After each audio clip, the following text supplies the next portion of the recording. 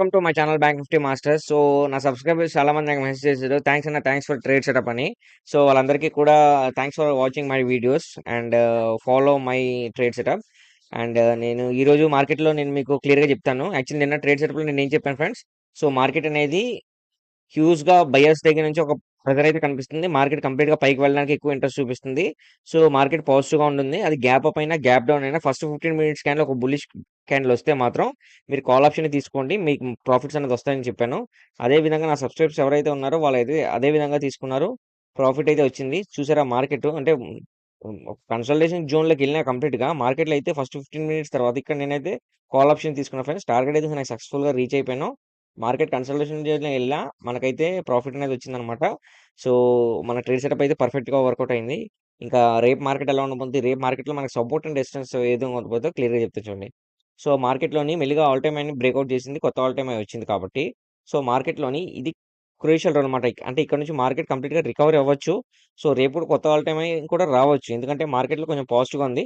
కానీ ఈ resistance zone అనేది బ్రేకౌట్ అవ్వాలన్నమాట. ఈ రెసిస్టెన్స్ జోన్ బ్రేకౌట్ అయితే రేపు మళ్ళీ కొంచెం కొత్త ఆల్ టైమ్ హై వస్తది. ఓకేనా? రేపు మార్కెట్‌లో మీరు ట్రేడ్ సెటప్ కూడా ఏం పెట్టుకుంటారంటే ఈ జోన్ బ్రేకౌట్ అయితేనే మీరు ఎంట్రీ తీసుకోండి కాల్ సైడ్.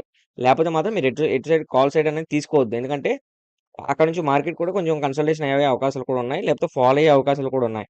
అందుకని మీరు ఈ లెవెల్ బ్రేకౌట్ అయితేనే ఎంట్రీ తీసుకోండి. ఓకేనా ఫ్రెండ్స్? సో, నేనైతే సపోర్ట్ అండ్ రెసిస్టెన్స్ వీడియో ఎండ్‌లో పెడితే మీకు కావాల్సిన స్క్రీన్ షాట్ తీసుకోండి. తిరిగి మళ్ళీ మనం రేపటి వీడియోలో మళ్ళీ మనం కలుద్దాం. ఓకేనా ఫ్రెండ్స్?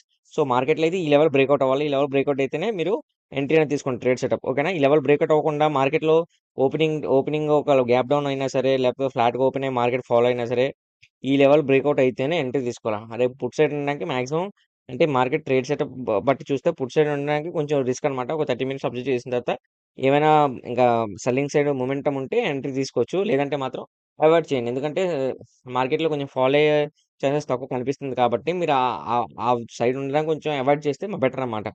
మాక్సిమం పాజిటివ్ సైడే ఉండడానికి చూడండి call side. But put side అనేది కొంచెం అవాయిడ్ చేయండి రేపు. చూద్దాం రేపు మార్కెట్ ఏ విధంగా ఉండబోద్ది. ఓకేనా ఫ్రెండ్స్? నేనైతే సపోర్ట్ అండ్ రెసిస్టెన్స్‌లో వీడియో ఎండ్‌లో పెడితే మీకు కావాల్సిన స్క్రీన్ షాట్ తీసుకోండి. తిరిగి మళ్ళీ మన రేపటి వీడియోలో మళ్ళీ మనం కలుద్దాం. నా వీడియో గనుక నచ్చితే వీడియోని లైక్ చేసి ఛానెల్ అయితే సబ్స్క్రైబ్ చేసుకోండి. ఓకేనా ఫ్రెండ్స్? Thanks for watching.